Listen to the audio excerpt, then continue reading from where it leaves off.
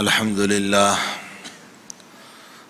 لله نحمده ونستعينه ونستغفره ونؤمن به ونتوكل عليه ونعوذ بالله من شرور أنفسنا ومن سيئات أعمالنا من يهده الله فلا مضل له ومن يضلله فلا هادي له ونشهد أن لا إله إلا الله وحده لا شريك له ونشهد أن سيدنا ومولانا محمدًا عبده ورسوله أما بعد أعوذ بالله من الشيطان الرجيم بسم الله الرحمن الرحيم إذا جاء نصر الله والفتح ورأيت الناس يدخلون في دين الله أفواجا فسبح بحمد ربك واستغفره إنه كان توابا صدق اللہ العظیم۔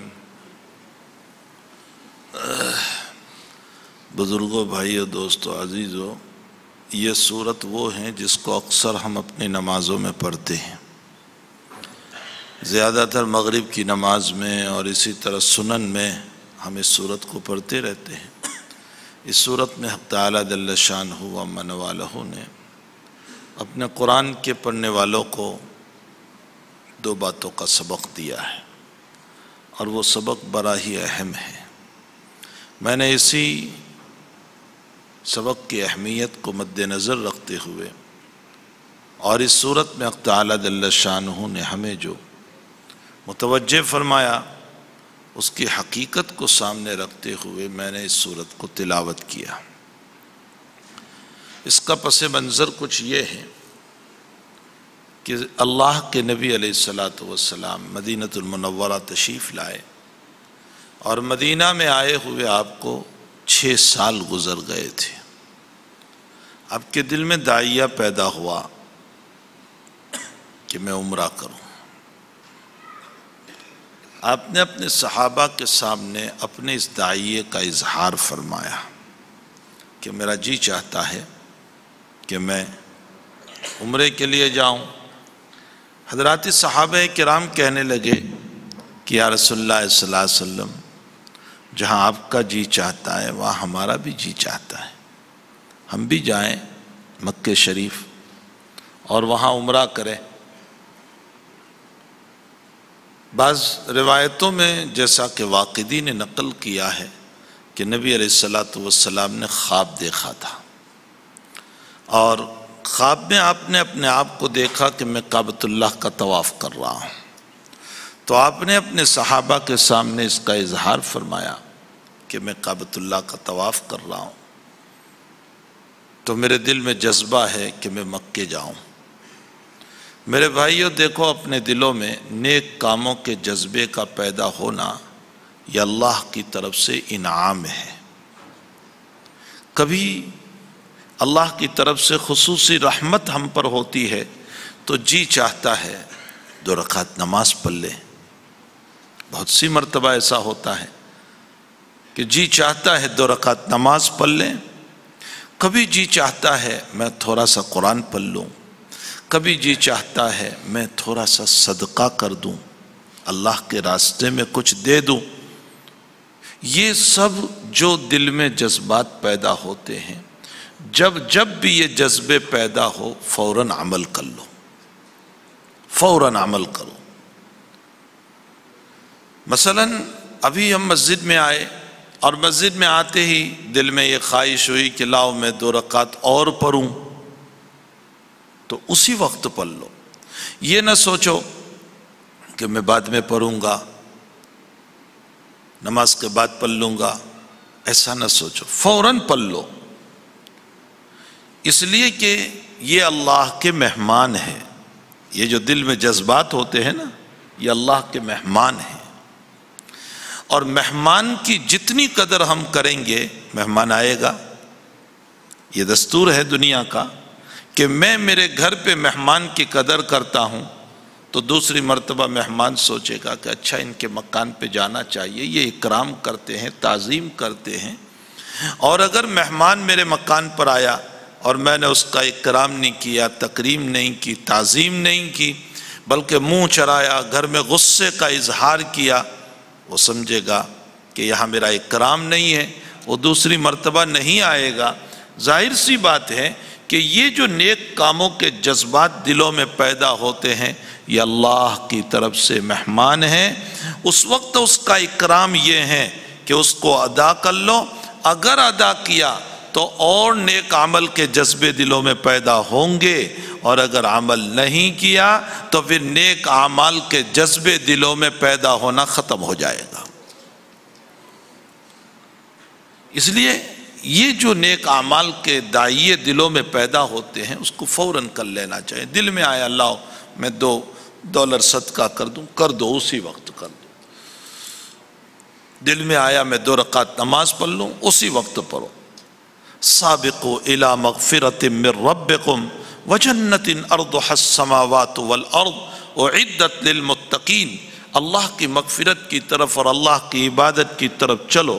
حضور پاک صلی اللہ علیہ وسلم نے اتنی بہترین شریعت ہم کو دی ہے، اتنی کلیئر اور صاف ستھری شریعت دی، اور ایسے ایسے اصول ہم کو دیے ہیں، ایسی زندگی گزارنے کے طریقے ہم کو دیے ہیں کہ خدا پاک کی قسم ایسے طریقے دنیا کے بڑے بڑے فلاسفر کے وہاں بھی نہیں ملتی۔ حضرت نے ایک روایت میں یوں فرمایا، سنو اللہ کے نبی فرمایا دنیا کے باب میں، بخاری شریف کی روایت ہے، دنیا کے باب میں اپنے سے نیچے والوں کو دیکھنا، اوپر والوں کو نہ دیکھنا، اللہ شکر کی توفیق عطا کرے گا۔ اور دین کے باب میں اپنے سے اوپر والے کو دیکھنا، نیچے والے کو نہ دیکھنا، اللہ عبادت کی توفیق عطا کرے گا۔ ایسا بہترین اصول دیا۔ دنیا کے باب میں اپنے سے نیچے والے کو دیکھوں، میرے پاس کرائے کا مکان ہے تو میں یہ سوچوں اللہ تو نے کرائے کا مکان صحیح، سر چھپانے کے لیے مکان تو دیا، کتنے لوگ وہ ہیں جو جھونپڑوں میں پڑے ہوئے ہیں، سردی گرمی اور بارش میں بچنے کا کوئی راستہ نہیں، ان کی بیوی بچوں کی آبرو عزت کی حفاظت کا کوئی راستہ نہیں، اور ان کی معصوم اولاد کبھی جوش میں آ کر اپنے باپ کو اور ماں کو پوچھتی ہے امی مکان کب ملے گا، یہ تو تات کا جھونپڑا ہے، ابا مکان کب ملے گا؟ تو ماں کا دل بھر آتا ہے اور ماں کہتی ہے بیٹے ہم نے اسی میں زندگی گزاری، تجھے بھی اسی میں گزارنا ہوگا۔ اے اللہ کتنوں کو تو نے اس میں رکھا ہے، کرایہ صحیح مجھے مکان تو ملا، اور کوئی مکان مالک ہے اور 2 بیڈ روم کا مکان ہے، وہ یہ سوچے اللہ 2 بیڈ روم تو 2 بیڈ روم اچھا ہے، تو نے مجھے اتنا دیا۔ بعض لوگوں کے پاس تو 2 بیڈ روم کا مکان بھی اپنا نہیں ہے، وہ کرائے کے مکان میں زندگی گزار رہے ہیں، اور ان کو مہینے کا کرایہ کہاں سے لانا اس کی فکر ہو رہی ہے کہ مہینہ پورا ہوگا میں کرایہ کیسے ادا کروں گا۔ میرے بھائیوں جب ہم اپنے سے نیچے والوں کو دیکھیں گے، اپنے سے کاروبار میں مجھے $100 ملے، اللہ کا فضل ہے، اس کو تو $5 ملے ہیں، یہ مجھ سے نیچے ہے۔ جب ہم اپنے سے نیچے والوں کو دیکھیں گے اللہ شکر کی توفیق عطا کرے گا، اور جب ہم اوپر والوں کو دیکھتے ہیں کہ میرے پاس 2 بیڈ روم کا ہے، اس کے پاس تو بنگلہ ہے، کب بنے گا میرا بنگلہ، یہ 5 بیڈ روم کا ہے، بڑا شاندار بنگلہ ہے، اور میرے پاس تو چھوٹی سی دکان ہے، اس کے پاس تو بہت بڑی دکان ہے، اور میرے پاس تو یہ ہے، اس کے پاس تو بہت بڑا ہے۔ جب میں اپنے سے اوپر والوں کو دیکھوں گا تو دل ہمیشہ یہ کہے گا مجھے ایسا کب ملے گا، مجھے ایسا کب ملے گا، شکر کا لفظ کبھی نہیں نکلے گا، کبھی نہیں نکلے گا، ہمیشہ ناشکری ناشکری ناشکری۔ نتیجہ کیا ہوگا؟ وَلَئِن كَفَرْتُمْ إِنَّ عَذَابِي لَشَدِيدٌ۔ جب ناشکری ہوتی ہے تو جو کچھ تھوڑا بہت اللہ نے دیا ہے وہ بھی اللہ لے لیتا ہے۔ کہ جب تیری زبان پر شکر ہے ہی نہیں. اور دین کے باب میں اللہ نے کیا فرمایا؟ دین کے باب میں فرمایا اپنے سے نیچے والوں کو نہ دیکھو، اوپر والوں کو دیکھو. اے اللہ میں 2 نماز پڑھتا ہوں، یہ 5 پڑھ رہا ہے، حالانکہ یہ بھی میرا دوست ہے، میں 5 کیوں نہیں پڑھتا؟ اے اللہ یہ فلاں دین کا کام کر رہا ہے، میں کیوں نہیں کرتا؟ یہ اللہ کے راستے کی سخاوتیں کر رہا ہے، میں کیوں نہیں کرتا؟ مجھے بھی دیا ہے، اس کو بھی دیا ہے، یہ میرا پارٹنر ہے، یہ میرا دوست ہے، یہ میرے ساتھ رہتا ہے، جب یہ خرچ کر رہا ہے میں کیوں خرچ نہیں کرتا؟ اپنے سے اوپر والوں کو دیکھو. یہ 3 دن جماعت میں جا رہا، میں کیوں نہیں جاتا؟ حالانکہ میرا دوست ہے، کھانے میں، پینے میں، رہنے میں. جب یہ سوچ ہماری ہوگی تو فائدہ یہ ہوگا کہ اللہ ہمیں بھی نیک عمل کی توفیق دے گا، زیادہ عمل کی توفیق دے گا، زیادہ عمل کی. حضرت مجاہد رحمت اللہ علیہ کے باب میں بخاری شریف میں ہے کہ مجاہد اللہ کے راستے میں جا رہے تھے تو استاذ محترم عبداللہ ابن عباس نے ان کو بلایا، اور عبداللہ ابن عباس نے فرمایا مجاہد تم اللہ کے راستے میں جا رہے ہو نا، میرے پاس سے تھوڑا مال لے جاؤ، تھوڑے پیسے لے جاؤ، میں تمہاری مدد کرنا چاہتا ہوں. تو مجاہد کہنے لگے حضرت جیب بھرا ہوا ہے، بہت ہے میرے پاس، مجھے ضرورت نہیں. یعنی اگر آپ مجھے غریب سمجھ کر دیتے ہو تو نہیں، میرے پاس ہے. تو سنو عبداللہ ابن عباس کا جملہ، حالانکہ صحابی ہے، صحابی ہے، مجاہد تابعی ہے، عبداللہ ابن عباس صحابی ہے، نبی کے چچازاد بھائی ہے، اللہ کے نبی کی دعائیں ان کو ملی ہے، اللہم علمہ الکتاب، مدینے کے بڑے فقہاء میں سے ہیں، مفسر قرآن ہیں، حبر الامہ ہے، ساری نیکیاں اپنی جگہ، ساری نیکیاں، لیکن نیکیوں کے طالب ہے. اور تو مجاہد کو کہا بیٹے میں تجھ کو غریب سمجھ کر نہیں دے رہا ہوں کہ تو غریب ہے اس لیے میں تجھے دے رہا ہوں، یہ نہیں. میں جانتا ہوں تیرے پاس ہے، تو مالدار ہے، لیکن میں جو تجھے دے رہا ہوں وہ اس لیے کہ تو اللہ کے راستے میں جا رہا ہے، وہ اس وقت مجھ سے نہیں ہو رہا ہے. میں نہیں جا رہا ہوں، میں اپنے گھر پہ رہ رہا ہوں، اور تو اللہ کے راستے میں نکل رہا ہے. تو جب میں نہیں جا رہا ہوں تو میں چاہتا ہوں کہ تھوڑی میں تیری مدد کر دوں، تو جو جا رہا ہے تو تاکہ تیرے اس عمل کی وجہ سے اللہ مجھے بھی اس عمل میں شریک کر لے، مجھے بھی اس عمل میں شریک کر لے. تو میرے بھائیوں، اللہ کے نبی نے کتنا اچھا اصول ہمیں بتایا. دنیا کے باب میں اپنے سے نیچے کو دیکھو، اور دین کے باب میں اپنے سے اوپر والے کو دیکھو. ہم کیا کر رہے ہیں؟ دنیا کے باب میں اپنے سے اوپر والے کو دیکھ رہے ہیں، اور دین کے باب میں اپنے سے نیچے والے کو. فجر تو ہماری پڑھائی کی ہے، ہم کی کیا کہتے ہیں، فجر تو پڑھتا ہوں نا میں، کوئی عرض نہیں. ارے وہ تو ایک بھی نہیں پڑھ رہا ہے، میں تو کم سے کم فجر بھی پڑھ رہا ہوں. لو یہ سوچ ہماری کہ وہ نہیں پڑھ رہا ہے، میں ایک پڑھ رہا ہوں. حالانکہ مجھے یہ دیکھنا چاہیے کہ میں صرف فجر پڑھ رہا ہوں، یہ 5 پڑھ رہا ہے. دنیا کے باب میں اوپر والے کو دیکھ رہا ہوں، اور دین کے باب میں نیچے والے کو دیکھ رہا ہوں.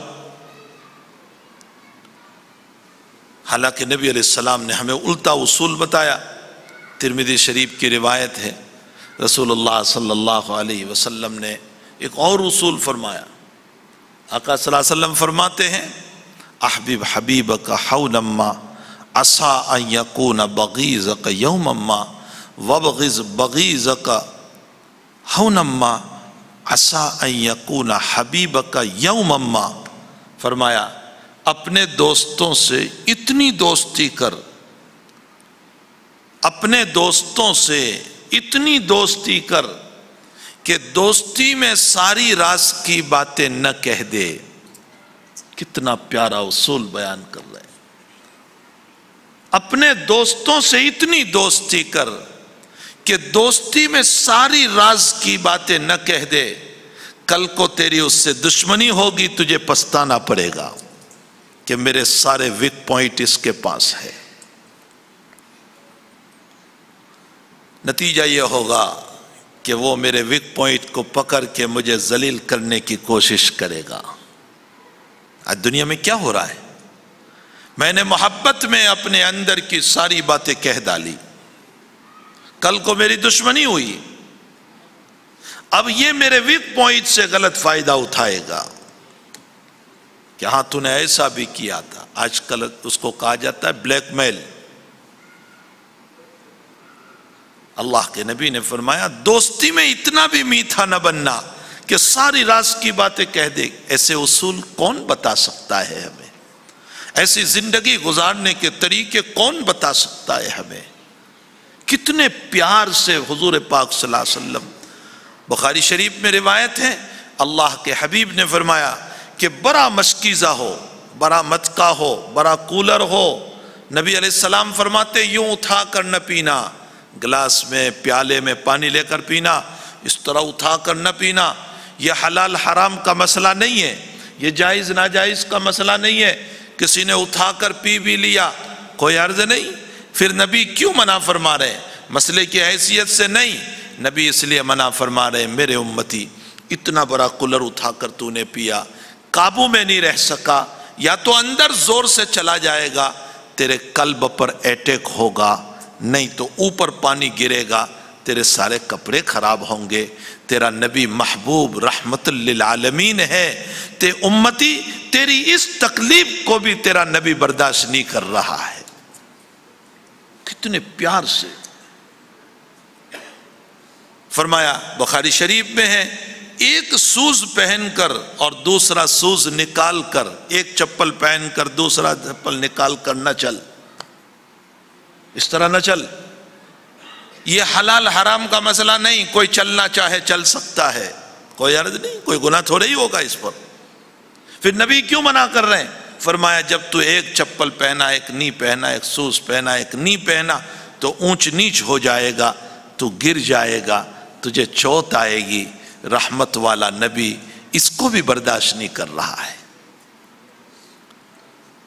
احبب حبیبک کا فرمایا اپنے دوستوں سے اعتدال کے ساتھ دوستی کرو، بہت زیادہ دوستی میں راز کی باتیں نہ کہو، کل کو تیرا دشمن بنے گا، تجھے پچھتانا پڑے گا۔ وَابْغِضْ بَغِيضَكَ هَوْنًا مَّا عَسَىٰ أَن يَكُونَ حَبِيبَكَ يَوْمًا مَّا، اور فرمایا دشمن سے دشمنی کرے تو اتنی دشمنی کر کہ بہت حد سے آگے نہ بڑھ جا، مارا پیتا، جیل تک لے گیا، کورٹ تک لے گیا، ذلیل کیا، اتنی دشمنی پر نہ اتر جا، کل کو عید کے دن سامنے وہ آ گیا، مسافے کے لیے ہاتھ بڑھا دیا اس نے، دوست بن گیا، تجھے پچھتانا پڑے گا کہ میں نے اس کے ساتھ کیا معاملہ کیا تھا۔ نہ دوستی میں آگے بڑھ، نہ دشمنی میں آگے بڑھ۔ ارے یہ وہ باتیں ہیں جو ہمارے والد بھی ہم کو نہیں بتاتے، جو جناب رسول اللہ صلی اللہ علیہ وسلم نے ہم کو بتائی۔ اللہ کے نبی علیہ السلام کی تعلیمات میرے بھائیوں بہت اونچی تعلیم ہے، کاش ہم نبی کی تعلیمات کو سمجھنے کی اور اپنی زندگیوں میں اتارنے کی کوشش کرتے۔ بہرحال یا تو حضرت نے خواب دیکھا یا دل میں جذبہ پیدا ہوا تو حضرت نے فوراً عمل کرنے کا ارادہ کیا کہ میں عمرہ کروں۔ معلوم ہوتا ہے دل میں جب نیک کاموں کا جذبہ پیدا ہو، دیر نہ کرو، تاخیر نہ کرو، تاخیر نہ کرو، فوراً اس پر عمل کرو، فوراً عمل کرو۔ نیکی کے دائی یہ جوانی میں پیدا ہو رہے ہیں، عمل کرو، جوانی کی زندگی میں خوب عمل کرو، بڑھاپے میں نہیں کر پاؤ گے۔ جوانی میں گناہ کو چھوڑنے کی کوشش کرو، اس لیے کہ بڑھاپے میں تو ویسے بھی برا ہو گیا، اس لیے چھوڑنا پڑ رہا ہے، وہ تو برا ہو گیا ہے، چل نہیں پا رہا ہے، اس لیے گناہ کو چھوڑ رہا ہے، اور اس لیے بھی چھوڑ رہا ہے کہ لوگ کیا کہیں گے، تھوڑی داڑھی تھی کہ تو بھی شرما تو نہ تھی، اس لیے بھی۔ رومی رحمت اللہ علیہ فرماتے ہیں در زمان پیری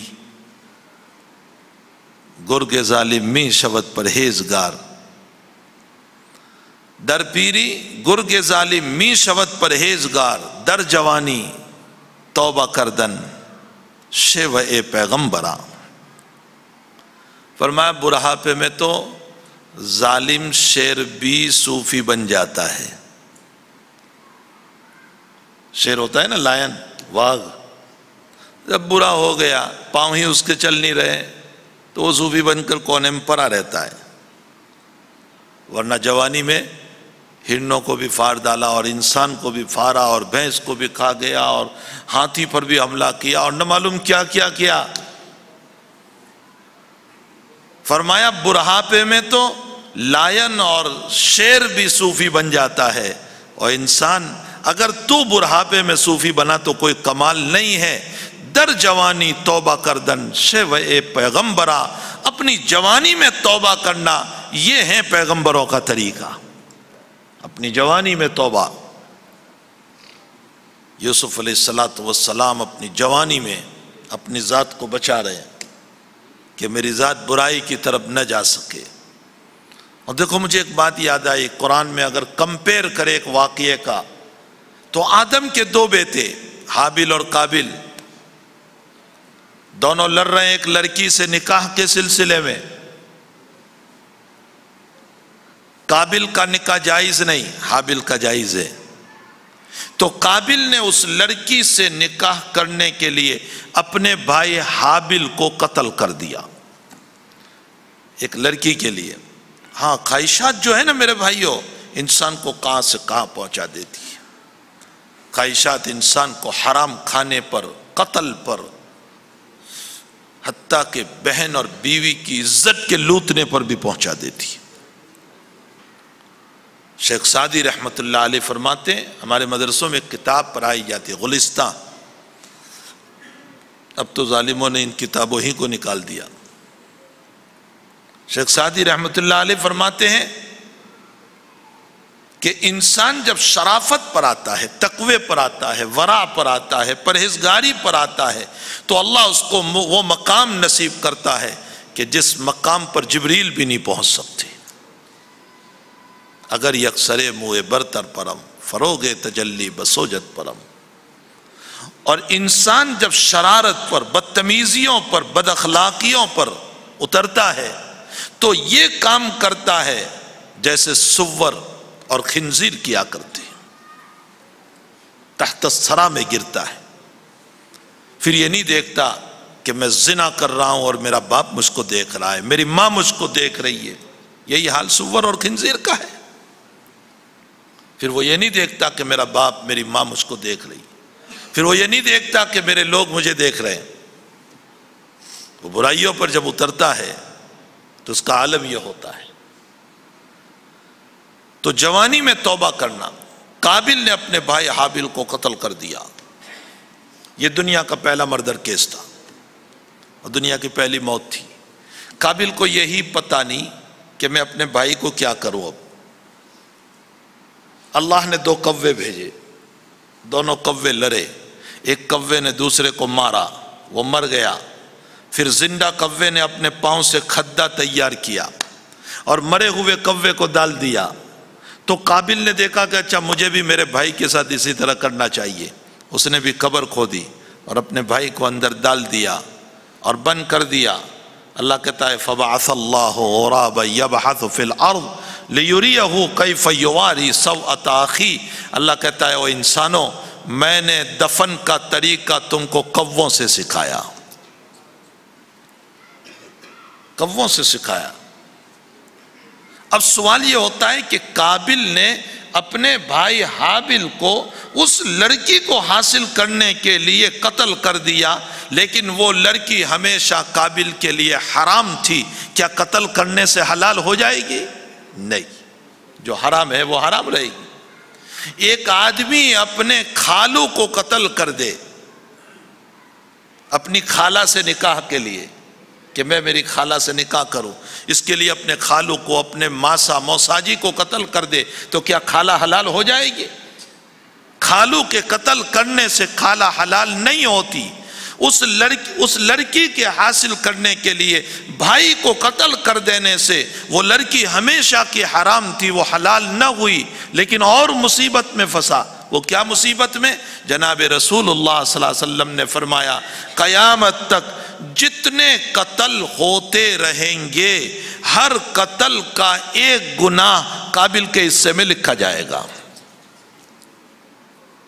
قرآن اس واقعے کو سنا کر قرآن پڑھنے والوں تم کو کیا تعلیم دے رہا ہے؟ کیا تعلیم دے رہا ہے؟ مجھے اور آپ کو قرآن یہ تعلیم دے رہا ہے، اے لوگو تم پر مصیبت آوے، پریشانیاں آئیں، حالات آئیں، کاروبار نہیں چل رہا ہے، گھر میں بیمار ہو گیا کوئی، حالات پہ حالات ہے، اگر تم اپنے ان حالات میں، پریشانیوں میں، مصیبتوں میں گناہ کا قدم اٹھاؤ گے، یاد رکھو گناہ سے مصیبت حل نہیں ہوگی بلکہ مصیبت میں پھنستے چلے جاؤ گے۔ قابل نے اپنی مصیبت لڑکی کو حاصل کرنے کے لیے ایک گناہ کا کام کیا اور بھائی کو قتل کر دیا تو مصیبت حل نہ ہوئی، قیامت تک کا مجرم ہو گیا۔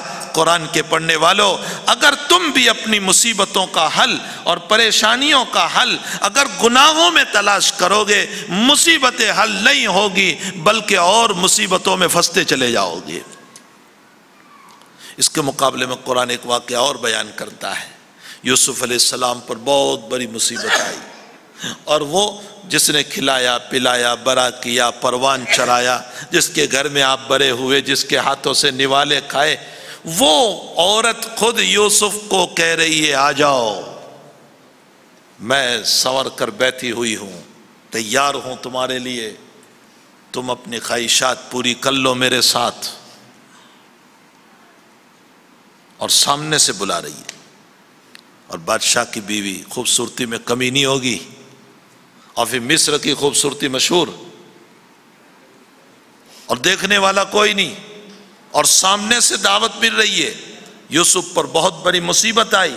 حضرت یوسف علیہ السلام نے یہ نہیں سوچا کہ میری ملکہ ہے، آقانی ہے، مجھے برا کیا ہے، پروان چرائے ہیں، چلو اس کا جی خوش کر لو، میرا بھی جی خوش ہو جائے گا، اس کا بھی خوش ہو جائے گا، میرا بھی نفسانی تقاضا پورا ہو جائے، یہ نہیں سوچا، بلکہ آپ نے فرمایا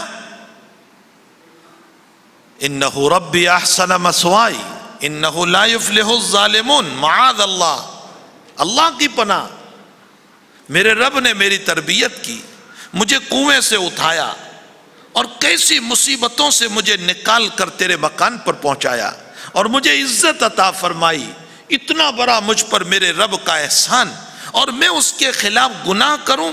نہیں، وہ ظالموں کو پسند نہیں کرتا، وہ گنہگاروں کو پسند نہیں کرتا۔ یہ کہہ کر بھاگنے لگے، مصیبت آئی لیکن اس مصیبت میں بھاگنے لگے اپنی ذات کو بچانے کے لیے، تو شاہی محل کے دروازے کھلتے چلے گئے، اللہ کی مدد اترتی چلی گئی اور اللہ نے عزت کو بچا لیا۔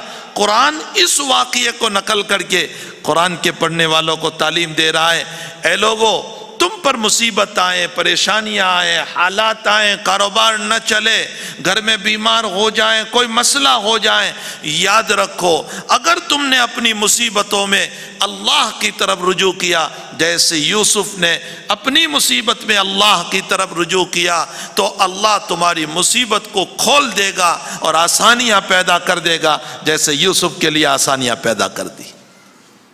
ان دونوں واقعوں کو کمپیئر کرو، حق تعالی ہم کو کیا تعلیم دے رہا ہے دونوں سے۔ تو میرے بھائیوں، اللہ کے نبی کی تعلیمات بہت اونچی ہے، کاش ہم اپنی زندگیوں میں اتارنے والے بنے۔ تو جذبہ ہوا کہ میں مکے جاؤں، صحابہ نے فرمایا ہم بھی چلے آپ کے ساتھ یا رسول اللہ۔ فرمایا اچھی بات ہے۔ 1500 صحابہ کرام کو لے کر حضور روانہ ہوئے، 1500 صحابہ۔ راستے میں کچھ اپنے آدمیوں کو بھیجا تھا کہ بھئی حالات راستے میں ہمیں بتاتے رہے کہ مکے والے ہمارے خلاف کیا کر رہے ہیں۔ کسی نے آ کر بتایا کہ حضرت خالد بن ولید لشکر لے کر تمہارا مقابلہ کرنے کے لیے نکلے ہیں۔ اس وقت خالد مسلمان نہیں ہوئے تھے۔ تو اللہ کے نبی نے فرمایا اچھا کہاں سے وہ آ رہے؟ فرمایا مکے سے سیدھے مدینے کی طرف والے راستے سے آ رہے۔ حضرت نے فرمایا چلو تن لے لو، راستہ بدلو۔ تو راستہ بدل لیا۔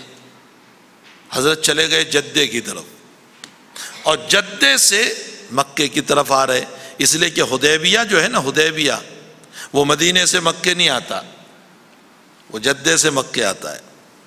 جب جدے سے ہم مکے جاتے ہیں نا تو بیچ میں حدیبیہ آتا ہے، لیکن ہم بسوں میں سوئے ہوئے ہوتے ہیں، عمرہ میں حج میں جب بھی جاتے ہیں تو سوئے جھوکے مار رہے ہوتے ہیں، ہمیں کچھ پتہ ہی نہیں کہ کہاں چل رہے ہیں، نہ وہ جوش ہے نہ جذبات ہے، وہ لبیک بھی مرا ہوا پڑھ رہے ہیں، وہ لبیک پڑھنے میں بھی کچھ لذت نہیں ہوتی۔ تو جدے سے مکہ جاتے ہوئے حدیبیہ حضرت نے تن لیا اور جدے سے مکے کی طرف روانہ ہوئے۔ اتنے میں پتہ چلا کہ حضرت بہت سارے قبیلے والے تمہارے خلاف ہیں، اور وہاں پہنچے۔ حضرت نے فرمایا میری رائے یہ ہے کہ ان قبیلوں کی طرف چلو۔ حضرت ابوبکر صدیق نے منع فرمایا کہ نہیں یا رسول اللہ، ہم تو مکے کی نیت سے نکلے، ہم مکے ہی چلیں گے۔ حضرت نے ابوبکر کی رائے کو مان کر مکے کی طرف رخ فرمایا۔ حدیبیہ میں جا کر روک دیا گیا۔ اب حدیبیہ میں مکے والوں کی طرف سے لوگ آتے رہے، اخیر میں صلح ہو گئی۔ اب جب صلح ہو رہی ہے تو صلح میں بعض شرائط بظاہر ایسے تھے کہ جو ٹھیک معلوم نہیں ہو رہے تھے امت کی نظر میں، نبی کی نظر میں تو صحیح تھے۔ ایک شرط اس میں یہ طے ہوئی کہ مکے کا کوئی آدمی مدینے آئے گا، چاہے وہ مسلمان ہو، تمہیں واپس کرنا ہوگا، اور مدینے کا کوئی آدمی مکے آئے گا، ہم واپس نہیں کریں گے۔ ون وے شرط تھی۔ حضرت نے فرمایا منظور ہے۔ حضرت عمر نے فرمایا السنا علی الحق وہم علی الباطل، اللہ کے نبی ہم حق پر نہیں، یہ باطل پر نہیں ہے، ہم دب کر صلح کیوں کر رہے ہیں؟ حضرت کو فرما رہے ہم دب کر صلح کیوں کر رہے ہیں؟ نہ کرو ان کے ساتھ صلح۔ حضرت نے فرمایا عمر میں نبی ہوں، میں جو کر رہا ہوں ٹھیک ہے۔ عمر کا غصہ ٹھنڈا نہیں ہوا، ابو بکر کے پاس گئے، ابو بکر سے کہا وہی جملہ، تو ابو بکر نے کہا نبی جو کر رہے وہ ٹھیک ہے۔ صلح ہو گئی، دستخطیں ہو گئی، سگنیچر ہو گئے، لمبا واقعہ ہے۔ ابھی دستخط نہیں ہوئی تھی کہ صلح مکہ والوں کی طرف سے جو کرنے آیا تھا سہیل بن عمرو، ان کا بیٹا ابو جندل رضی اللہ تعالیٰ عنہ ہاتھ میں بیریاں پہن کر آ گئے۔ فرمایا یا رسول اللہ میں مسلمان ہو چکا ہوں، اس میرے باپ نے مجھ کو گھر میں باندھ کر رکھا تھا، میں کسی طرح توڑ کر آیا ہوں، اللہ کے حبیب مجھے قبول کر لو۔ تو حضرت نے فرمایا ٹھیک ہے۔ تو سہیل کہنے لگا اس کو واپس کرو، اس کو واپس کرو، صلح میں کیا ہے، ہمارا کوئی آدمی آئے گا تمہیں واپس کرنا ہوگا، اس کو واپس کرو۔ حضرت نے فرمایا ابھی سگنیچر کہاں ہوئی، ابھی دستخط نہیں ہوئی ہے، صلح نامہ پورا نہیں ہوا۔ سہیل کہنے لگا اس کو واپس کرو تو صلح ہوگی ورنہ نہیں۔ اللہ کے حبیب کو مجبوراً ابو جندل کو واپس کرنا پڑا۔ صحابہ کی چیخیں نکل گئی کہ اللہ کے حبیب آپ کیا کر رہے ہیں، پھر اس کو دشمن کے حوالے کر رہے ہیں۔ فرمایا میں نبی ہوں، میں جو کر رہا ہوں ٹھیک۔ اور ابو جندل کو تسلی دی۔ ابو جندل کہنے لگے اللہ کے حبیب آپ مجھے کن کے حوالے کر رہے ہیں، مجھ پر ظلم کا پہاڑ تھا، اب اور ظلم کا پہاڑ مجھ پر ٹوٹے گا، یہ مجھے کیسے ماریں گے باندھ باندھ کر، آپ مجھے ان کے حوالے کر رہے ہیں۔ فرمایا کچھ دیر صبر کر لینا، لیکن جاؤ واپس اپنے باپ کے ساتھ جاؤ۔ مکے واپس بھیج دیا۔ آپ انداز تو لگائیں کیا منظر ہوگا وہ، جس وقت ابو جندل رو رہے ہوں گے اور پھر دوبارہ مشرکوں کے حوالے ہو رہے ہوں گے، کیا منظر ہوگا۔ پھر عمر کو غصہ آئے گا کہ نہیں، پھر عمر یہ کہیں گے کہ نہیں کہ لسنا علی الحق وہم علی الباطل۔ صلح ہو گئی، دستخطیں ہو گئی۔ اس کے بعد اللہ کے نبی نے فرمایا عمرہ کا احرام کھول دو، عمرہ نہیں کرنا ہے اس سال، صلح میں لکھا گیا اگلے سال ہوگا، اور جانور کو یہیں ذبح کر دو، مسئلہ ختم ہو گیا۔ اتنے میں سورت نازل ہوئی انا فتحنا لک فتحا مبینا لیغفر لک اللہ ما تقدم من ذنبک وما تأخر ویتم نعمتہ علیک ویہدیک صراطا مستقیما۔ اے پیغمبر ہم نے آپ کو فتح مبین عطا فرما دی۔ یہ صلح کیا ہوئی ہے کہ ان قریب مکہ تمہارے ہاتھ میں اب آ جائے گا۔ یہ صلح جو ہے نا فتح مکہ کا دروازہ ہے۔ اور پھر نازل ہوئی سورت دوسری اذا جاء نصر اللہ والفتح ورأیت الناس يدخلون في دين الله افواجا فسبح بحمد ربك واستغفره انه كان توابا۔ حضرت نے حضرت عمر کو بلایا، بلاؤ میرے عمر کو، اور عمر کو یہ صورتیں سنائی اور فرمایا میرے اللہ نے فتح کی بشارت سنا دی۔ چلے گئے، سن 7 میں آئے، عمرے کو قضا کیا، اور سن 8 میں رمضان المبارک میں اہل مکہ نے شرطیں توڑی، جس کے نتیجے میں نبی کریم صلی اللہ علیہ وسلم 8 یا 10 رمضان کو مکے کی طرف روانہ ہوئے، اور اللہ جل شانہ نے مکہ کی چابیاں حضور کے قدموں میں ڈال دی۔ 2 ہی سال میں مسئلہ ہو گیا، اور اللہ کے نبی جب چلے ہیں فتح مکہ کے لیے سن 8 کے اندر، تو آپ نے مکے سے باہر قیام کیا اور صحابہ کو فرمایا ہر آدمی اپنی اپنی آگ الگ جلائیں، 50 آدمی ایک ساتھ نہ پکائیں، 2-4 آدمی، کیوں؟ جتنی زیادہ آگ جلے گی اتنے زیادہ معلوم ہوں گے۔ یہ سائیکولوجیکلی مسئلہ تھا۔ رات حضرت عباس ابو سفیان کو لے کر آئے مقام حجون، آج بھی یہ جگہ ہے جہاں اللہ کے نبی نے قیام کیا تھا۔ میں تلاش کرتا ہوا وہاں پہنچا، ایک عرب دوست سے میں نے کہا کہ وہ جگہ مجھے بتاؤ جہاں نبی نے قیام کیا تھا۔ وہ مقام حجون تھا، جنت المعلا سے کچھ آگے۔ کہا یہ وہ جگہ تھی جہاں حضرت نے مکے میں داخل ہونے سے پہلے قیام فرمایا تھا۔ ابو سفیان رات وہاں پہنچے، چچا عباس لے کر گئے۔ حضرت عمر نے دیکھا، فرمایا حضرت دشمن تو خود ہی آ گیا، اچھا موقع ہے، ہاتھ میں آ گیا۔ تو چچا عباس کہنے لگے اللہ کے نبی میں نے اس کو امن دیا ہے، ابو سفیان کو۔ تو نبی علیہ السلام نے فرمایا چچا جس کو تم نے امن دیا اس کو میں نے امن دیا، کچھ نہیں کریں گے ابو سفیان۔ اور فرمایا کل کو ہماری جماعت گزرے گی تو راستہ جہاں تنگ ہو، تنگ راستے پر ابو سفیان کو لے کر آپ کھڑے رہنا۔ چچا کو کہا کیوں؟ اس لیے کہ تنگ راستے پر چھوٹی جماعت بھی بڑی معلوم ہوتی ہے۔ حضرت سائیکولوجیکلی مسئلے کے طور پر وہاں سے جماعتیں گزرتی گئی، ایک بہت بڑی جماعت آئی، فرمایا یہ کون ہے؟ فرمایا انصار ہے۔ سعد بن عبادہ نے فرمایا الیوم یوم الملحمہ، آج مارنے کا دن ہے، خوب ماریں گے ہم تم کو۔ ابو سفیان کانپ گئے۔ پیچھے ایک چھوٹی سی جماعت آئی، ابو بکر، عمر، عثمان، علی اور خود حضور پاک صلی اللہ علیہ وسلم نے فرمایا تمہارا سعد مجھ کو یہ کہہ کر گیا کہ آج مارنے کا دن ہے۔ اللہ کے نبی نے فرمایا غلط کہا، آج تو رحمت کا دن ہے، ہم ماریں گے نہیں، ہم تو رحم کا معاملہ کریں گے۔ اور حضرت اونٹنی پر سوار ہے اور گردن جھکی ہوئی ہے تواضع کی وجہ سے۔ ایک نبی کا وہ نقشہ کھینچو کہ جب مکہ فتح ہوا تو کس تواضع کے ساتھ آپ جا رہے ہیں، اور ایک اس وقت کے فتح کے نقشے کھینچو کہ جب فتح ہو رہی ہے تو بم ماری کر کے لاکھوں کو ہلاک کر رہے ہیں، تباہ و برباد کر رہے ہیں، ملکوں کے ملک تباہ ہو جاتے ہیں۔ ایک وہ نقشہ لے لو حضور پاک صلی اللہ علیہ وسلم کا، ایک یہ نقشہ لے لو، تواضع سے یوں گردن جھکی ہوئی ہے۔ اور انا فتحنا لک فتحا مبینا پڑھتے جا رہے، مکے میں داخل ہو گئے، ظہر کا وقت ہوا۔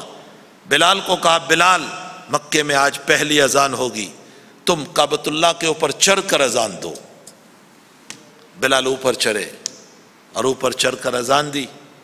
اللہ کے نبی علیہ السلام کعبۃ اللہ میں داخل ہوئے، اندر سے بتوں کی صفائی کرائی اور 2 رکعت نماز پڑھی، صلاۃ شکرانہ کی، اور پھر اس کے بعد نکلے، دروازے پر یوں چوکھٹ پر ہاتھ رکھ کر کھڑے ہوئے، اور مکے کے بڑے بڑے سردار سامنے کھڑے ہیں۔ حضرت نے فرمایا بتاؤ میں تمہارے ساتھ کیا معاملہ کروں گا، چابی میرے ہاتھ میں ہے اب۔ تو سہیل بن عمرو کیا کہنے لگا، کریم ابن الکریم، تم بھی کریم ہو، تمہارے باپ بھی کریم تھے، ہمیں امید ہے کہ تم ہمارے ساتھ شریفانہ معاملہ کرو گے، ہمارے ساتھ ظالمانہ معاملہ نہیں کرو گے۔ کون؟ یہ سہیل بن عمرو وہ ہیں جو صلح حدیبیہ میں صلح کرنے آیا تھا، اور حضور نے صلح نامے میں لکھوایا تھا محمد الرسول اللہ، تو اس نے کہا تھا رسول اللہ کو نکالو، میں رسول اللہ کو نہیں مانتا، محمد ابن عبداللہ لکھو۔ اور حضور نے فرمایا تھا میں محمد الرسول اللہ بھی ہوں اور محمد ابن عبداللہ بھی ہوں۔ اور پھر رسول اللہ کو نکالا۔ یہ وہ آدمی ہے جس نے رسول اللہ کا لفظ نہیں لکھنے دیا تھا۔ اللہ کے نبی نے ان سب کو فرما دیا انتم الطلقاء، تم سب آزاد ہو۔ جیسے یوسف علیہ السلام نے اپنے بھائیوں کو معاف کیا تھا، میں بھی یہ مکہ والوں تم کو معاف کر دیتا ہوں۔ یہ وہ نبی کے اخلاق کریمہ تھی، یہ وہ نبی کے اخلاق کریمہ تھے۔ میرے بھائیوں، آج ہمارا دل بہت چھوٹا ہو گیا ہے، آج ہمارا دل بہت چھوٹا ہو گیا ہے۔ آج بیٹا باپ کو معاف نہیں کرتا، باپ بیٹے کو معاف نہیں کرتا، بھائی بھائی کو معاف نہیں کرتا، بہن بھائی کو معاف نہیں کرتی، بھائی بہن کو معاف نہیں کرتے۔ چھوٹے چھوٹے مسئلے میں کہہ دیتے ہیں میرے جنازے کو بھی ہاتھ نہ لگانا، میرے قبر پر بھی نہ آنا، میرے چوکھٹ پر بھی کھڑے نہ رہنا۔ ارے میرے بھائیوں، ہمارے باپ نے، ہمارے بھائی نے، ہمارے بیٹے نے، ہماری بہن نے اتنی دشمنی نہیں کی ہے جتنی مکے والوں نے حضور کے ساتھ کی تھی۔ جو دشمنی انہوں نے کی تھی نبی کے ساتھ، وہ دشمنی ہمارے رشتہ داروں نے نہیں کی۔ وہاں تو پرایوں کو معاف کیا جاتا ہے، یہاں تو ہم اپنوں کو معاف نہیں کرتے۔ وہاں پرایوں کو معاف، یہاں اپنوں کو ہم نے معاف نہیں کیا۔ ترا کے میسر شود ای مقام کہ بادوستانت خلافست و جنگ، تجھے یہ مقام کب حاصل ہوگا کہ تو نے تو ابھی اپنوں کو معاف نہیں کیا، تو پرایوں کو کب معاف کرے گا؟ ہم نے تو ابھی اپنوں کو معاف نہیں کیا۔ ہمارے دل بہت چھوٹے ہیں، چھوٹی چھوٹی باتوں میں لڑائی پہ اتر جاتے، چھوٹی چھوٹی باتوں میں لڑائی پر، کسی نے کوئی بات کہہ دی ہم لڑائی پہ اتر گئے، اور پھر لڑائیاں برسوں تک ہماری، برسوں گزر جاتے ہم نام نہیں لیتے ان کا۔ ہمارا ایمان کیسا ہو گیا کہ ہم نماز بھی پڑھتے ہیں اور ہم نے دیکھا کہ وہ اس طرف کھڑا ہے، ہم اس طرف ساتھ میں کھڑے بھی نہیں رہتے، ہم اس طرف کھڑے بھی نہیں رہتے۔ میں ایک صلح میں گیا، دو بھائیوں کا مسئلہ تھا، صلح میں زمین کا جھگڑا تھا، تو میں صلح میں گیا، جو کچھ مسئلہ تھا صلح کرا دی۔ اس کے بعد میں نے چھوٹے بھائی کو کہا، میں نے کہا دیکھو یہ تمہارے باپ کے درجے میں ہے، بڑے بھائی ہے، معاف کر دو، صلح ہو گئی، زمین کا بٹوارا ہو گیا، مسئلہ ختم ہو گیا، چھوڑ دو اب ان کو، تمہیں تمہارا حق مل گیا، ان کو ان کا حق مل گیا۔ تو چھوٹا بھائی کیا کہنے لگا، حق ملا ہے وہ اپنی جگہ، مولوی صاحب تم معاف کرنے کی بات کر رہے ہو، میں تو مسجد میں بیٹھ کر دعا کرتا ہوں کہ اللہ اس کو کینسر کی بیماری دے اور یہ تڑپے اور میں خوش ہو جاؤں۔ یہ ہمارے اخلاق، یہ ہمارے قلوب، یہ ہمارے اندر کی باتیں جو ہونٹوں پر آتی ہے۔ میرے بھائیوں، ہمیں اپنی بہت اصلاح کی ضرورت ہے، اپنے قلب کو سجانے کی، بنانے کی، کینے سے، حسد سے۔ حضرت انس رضی اللہ تعالیٰ عنہ کو حضور نے فرمایا تھا، یا انس یا بنیا، اور میرے بیٹے انس، اگر تو کر سکتا ہے تو ایک کام کرنا، اور وہ کام یہ ہے کہ تیرے سینے کو ہمیشہ کینے سے پاک رکھنا، تیرے سینے کو ہمیشہ کینے سے پاک رکھنا، تیرے سینے میں کینہ نہ ہو۔ تو میرے بھائیوں، اللہ کے حبیب پاک صلی اللہ علیہ وسلم نے سب کو معاف کر دیا، سب کو معاف، اور معافی کا عام اعلان فرما دیا۔ یہی وہ اخلاق کریمہ تھے، یہی وہ اخلاق کریمہ تھے کہ جس کی بنیاد پر اہل مکہ جماعت کی جماعت اسلام میں داخل ہو گئی۔ اچھے اخلاق تو ایک عجیب و غریب دعوت ہے، اچھے اخلاق بہت بڑی دعوت ہے، بہت بڑی دعوت ہے۔ اچھے اخلاق کے ذریعے سے لوگوں کے دلوں میں ایمان زندہ ہوتا ہے۔ حمص کا واقعہ ہے، ایک صحابی رضی اللہ تعالیٰ عنہ اناس کا بیپاری تھے، گلے کے بیپاری تھے۔ ایک صاحب آئے، عیسائی تھے، جو خریدنے، بہتال ہو گیا۔ اس کے بعد وہ صحابی فرماتے ہیں کہ وہ سامنے والی دکان سے خرید لو، جاؤ، وہ سامنے والے بھی عیسائی ہیں، تم بھی عیسائی، وہاں سے خرید لو۔ تو یہ خریدار کہنے لگا کہ کیا میں عیسائی ہوں اس لیے مجھے نہیں بیچ رہے تم مسلمان ہو اس لیے؟ کہا نہیں، یہ بات نہیں، آج میرا اتنا کاروبار ہو گیا ہے کہ میری روزی روٹی کا ذریعہ آج ہو گیا۔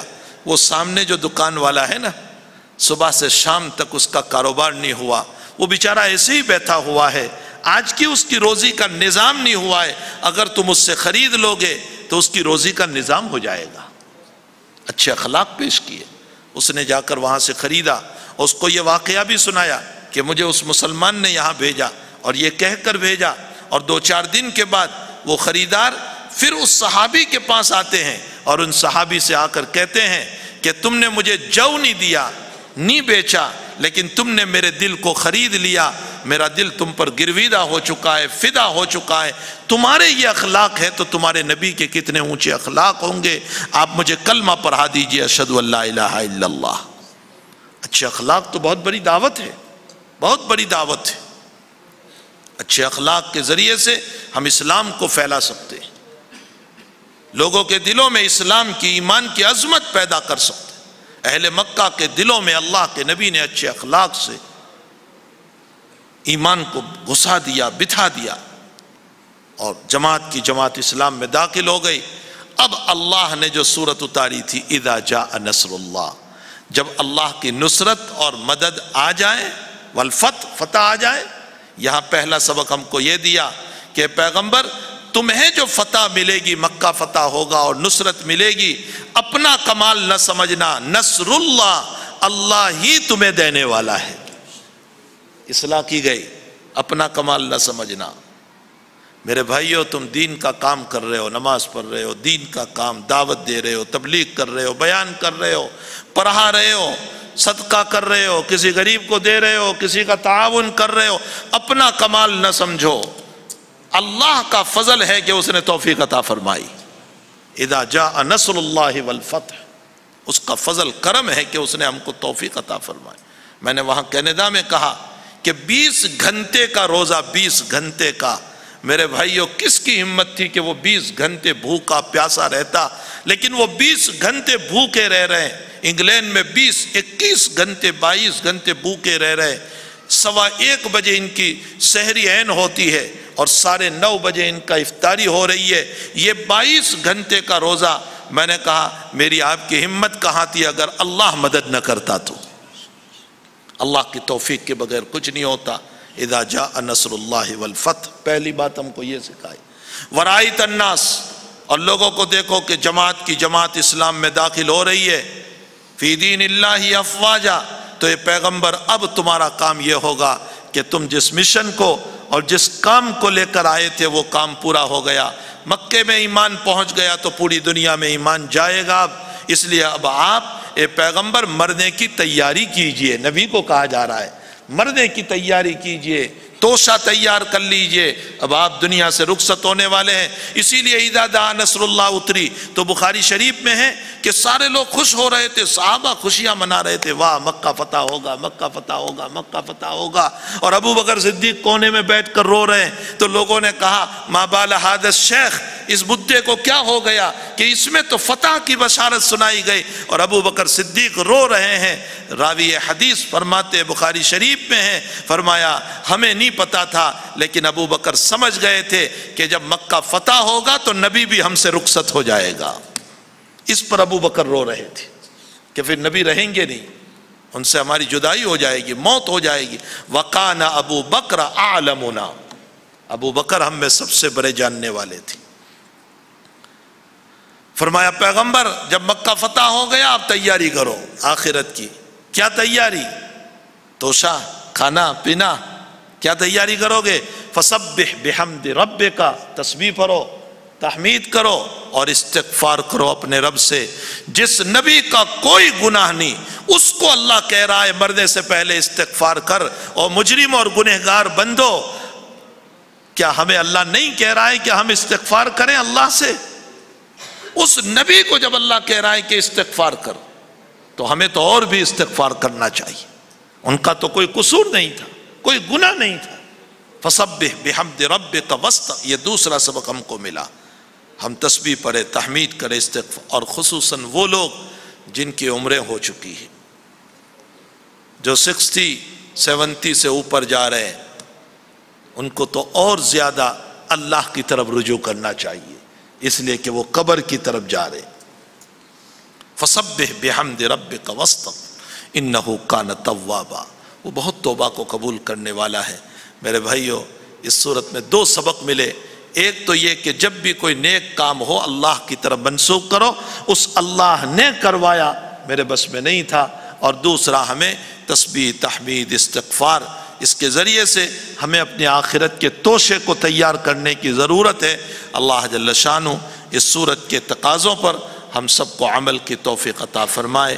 اللہ تعالی ہم تمام کو اپنی زندگیاں ٹھیک کرنے کی، رجوع اللہ کی اللہ ہم سب کو توفیق عطا فرمائے۔ قبر ہمارے سامنے ہے، مرنا ہمارے سامنے ہے، ہر ایک کو جانا ہے، ہر ایک کو اس مٹی میں ملنا ہے، اور اللہ کے سامنے حضوری ہے، میں ہوں یا آپ ہو، ہر ایک کو اللہ کے سامنے حاضر ہونا ہے، اپنا حساب کتاب پیش کرنا ہے۔ ہمیں چاہیے اپنی زندگیوں کو صاف ستھری بناؤ، ٹھیک ٹھاک بناؤ، نبی نے جیسے ہمیں کہا ہے ویسے ہم اپنی زندگی کو گزارنے والے بنیں۔ اللہ مجھ کو آپ کو عمل کی توفیق عطا فرمائے۔ 2-4 دن مل گئے، اللہ تعالیٰ نے کچھ آپس میں مل بیٹھ کر دین کی باتیں ہمیں مذاکرہ کے طور پر کرنے کی توفیق عطا فرمائی۔ اسی کا کرم ہوا، اسی کا فضل ہوا کہ اس نے ہم کو توفیق عطا فرمائی کچھ دین کی باتیں آپس میں بیٹھ کر کرنے کی۔ اللہ ہم سب کو اس پر عمل کی بھی توفیق عطا فرمائے۔ وصلی اللہ علی النبی الکریم، اللہم صلی وسلم دائما ابدا علی حبیبک خیر الخلق کلہم، ربنا آتنا فی الدنیا حسنہ وفی الآخرۃ حسنہ وقنا عذاب النار۔ اللہ ہمارے گناہوں کو معاف فرما۔ اللہ ہمارے مکان نہیں جلے، ہماری حیا جل گئی، ہمارے اخلاق جل گئے، ہمارا ایمان جل گیا، ہمارے اعمال جل گئے، ہماری نمازیں جل گئی، ہماری شریعت جل گئی، ہمارا دین جل گیا۔ اے اللہ ہمارے قلوب حسد اور بغض سے بھر گئے، کینہ اور حسد سے بھر گئے۔ اے اللہ ہمارے دلوں پر جو تیری رحمتیں اترنی چاہیے تھی وہ نہیں اتر رہی ہے، اس لیے کہ ہم نے اپنے دلوں کو گندا کر دیا ہے۔ اے اللہ تو ہمارے دلوں کو پاک کرتا رہا، ہم اس کو ناپاک کرتے رہے۔ تو ہمارے جسموں کو پاک کرتا رہا، ہم اس کو ناپاک کرتے رہے۔ اے مالک ہمیں معاف فرما دے، ہمیں معاف فرما دے، ہمیں معاف فرما دے۔ رب کریم ہم تجھ سے معافی کی بھیک مانگتے ہیں، ہم اقراری مجرم ہیں۔ الہی عبدک العاصی قد عطاک مقرن بالذنوب وقد دعاک، الہی ان ترحم فانت ارحم الراحم وَإِن تَرْدُدْنِي فَلَكَ الْحَقُّ یا ربی۔ اے اللہ ہم اپنے گناہوں کا اعتراف کر رہے ہیں کہ ہم نے راتوں میں بھی گناہ کیے، ہم نے دنوں میں بھی گناہ کیے، ہمارا ظاہر بھی گندا، ہمارا باطن بھی گندا۔ اے اللہ ہم نے اپنے بچوں کو بھی دھوکے دے کر گناہ کیے ہیں، ہم نے اپنی بیوی سے بھی چھپ چھپ کر گناہ کیے، ہم نے اپنے ماں باپ سے بھی چھپ چھپ کر گناہ کیے ہیں۔ اے اللہ اگر تو رحم کر دے تو تیرا کرم ہوگا، تو پکڑ کر لے تو تجھے کوئی پوچھنے والا نہیں ہو سکتا ہے۔ اللہ تو ہمیں معاف کر دے، تیرا کچھ نہیں بگڑے گا، ہمارا بیڑا پار ہو جائے گا۔ ہم سب کو معاف کر دے، ہم سب کو معاف کر دے، ہم سب کو معاف کر دے۔ اے یونس کو مچھلی کے پیٹ میں بچانے والے مولا، تو ہم کو بھی گناہوں سے بچا لے۔ اے اسماعیل کو چھری کے نیچے حفاظت کرنے والے مولا، ہماری بھی گناہوں سے حفاظت فرما لے۔ اے موسیٰ کو ترقی اور عزت کے گدی پر بٹھا کر بنی اسرائیل کو سمندر سے پار کرانے والے اللہ، ہمیں بھی گناہوں کے دریا اور سمندر سے نکال کر نیکیوں کے دریا اور سمندر میں ڈال دے۔ اے ولید کے بیٹے خالد کو سیف اللہ بنانے والے اللہ، اے 307 کے پجاریوں کو رضی اللہ عنہ بنانے والے اللہ، جب تو صحابہ کو کفر سے نکال کر ایمان دے سکتا ہے، ہمیں بھی فسق سے نکال کر ہدایت عطا فرما دے، ہمیں بھی ہدایت عطا فرما دے، ہمیں بھی ہدایت عطا فرما دے۔ غلط راستوں سے ہم سب کی حفاظت فرما، ہمارے بچوں کی، آل اولاد کی، اہل و عیال کی، بیویوں کی، والدین کی، رشتہ داروں کی، ملنے والوں کی، محبت کرنے والوں کی، سب کی مغفرت فرما۔ اے اللہ ہمارے اساتذہ کی، شاگردوں کی مغفرت فرما۔ الہ العالمین اس پورے مجمع کی جائز تمناؤں کو پوری فرما، بیماروں کو شفا عطا فرما، مرحومین کی مغفرت فرما۔ اے اللہ سب کے کاروبار میں برکت رحمت عطا فرما، بے اولادوں کو اولاد عطا فرما، اولاد والوں کی اولادوں کو نیک صالح بنا۔ اے اللہ جن کے نکاح نہیں ہو رہے ہیں ان کے نکاح کا انتظام فرما، ان کو صحیح جورو نصیب فرما۔ نکاح والوں میں جھگڑے ہیں، ان جھگڑوں کو ختم فرما، آپس میں محبت عطا فرما۔ اے اللہ جن کی اولاد نہیں انہیں اولاد عطا فرما، جن کو لڑکے نہیں ہیں انہیں لڑکے عطا فرما، جن کو لڑکیاں نہیں ہیں انہیں لڑکیاں عطا فرما۔ اے ہمارے مولا، اے ہماری ضرورتوں کو پورا کرنے والے، ہم اپنے دکھڑے کن کو سنائیں، ہمارے دکھ ہم کن کو سنائیں؟ تو ہی ایک اللہ ہے جن کو ہم اپنے دکھڑے سناتے ہیں۔ اللہ ہمارے دکھوں کو حل فرما دے، ہمارے دکھوں کو حل فرما دے، ہمارے دکھوں کو حل فرما دے۔ دنیا میں تو لوگ ہمارے زخموں پر نمک ڈالتے ہیں، ہمارے زخموں کو اور تازہ کرتے ہیں، تو ہی ایک ذات ہے جو ہمارے زخموں پر دوا رکھنے والا ہے۔